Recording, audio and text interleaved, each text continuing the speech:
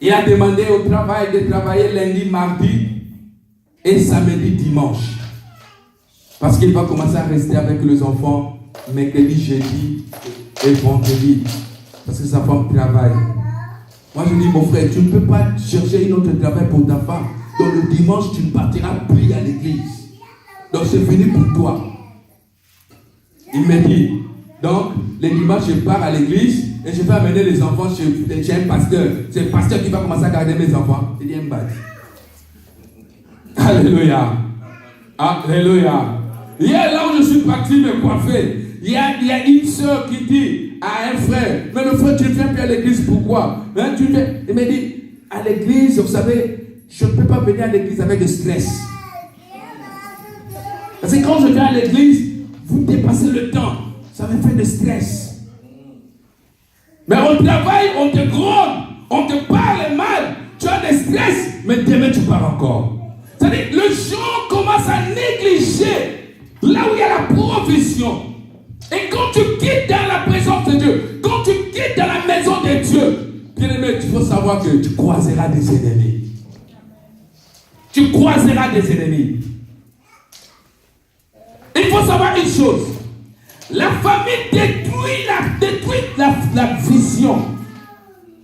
La souffrance, la crise détruisent la vision. Quand tu as des problèmes, la vision va être détruite. Mais si tu restes dans la maison de Dieu, Dieu t'ouvrira les yeux pour voir ton demain.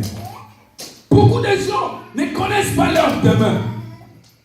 Mais ce qui fait que nous puissions avoir l'espérance et la persévérance, c'est quand tu as une vision. Alléluia. Alléluia. Alléluia.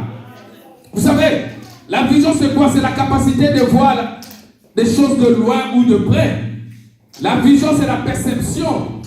La vision, ça nous aide à différencier les couleurs, n'est-ce pas? Et quand nous parlons sur la vision spirituelle nous montre des choses que l'autre personne ne voit pas.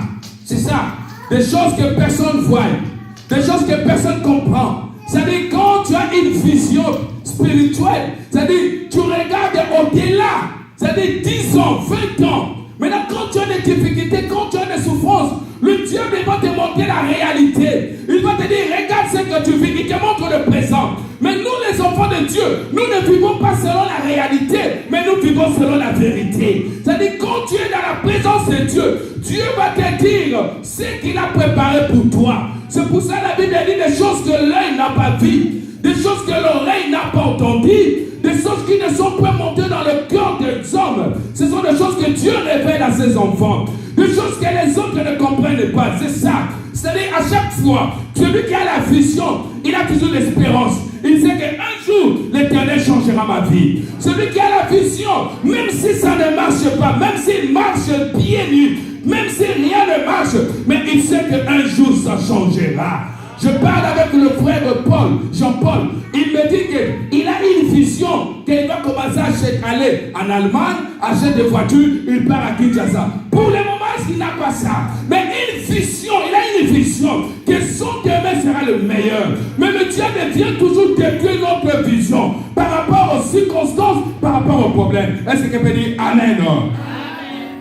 Vous savez, je méditais, je lisais un truc de Martin Luther. J'ai aimé ça. Martin Luther disait, c'était une vision. Et on parle sur je rêve. Je ne sais pas si vous avez déjà dit ça encore. Le rêve, je rêve.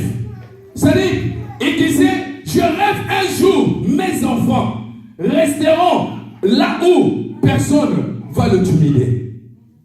Alléluia. Un jour, je rêve que mes enfants vont habiter dans le pays où personne ne va leur critiquer à cause de leur peau. C'est-à-dire, il avait une vision. Et aujourd'hui, les Noirs sont ici. Personne ne les critique. Mais autrefois, c'était terrible. C'est-à-dire, dans la vie, celui qui a la vision, c'est celui-là qui réussit. Tous les leaders qui ont reçu dans la vie, ils avaient une vision.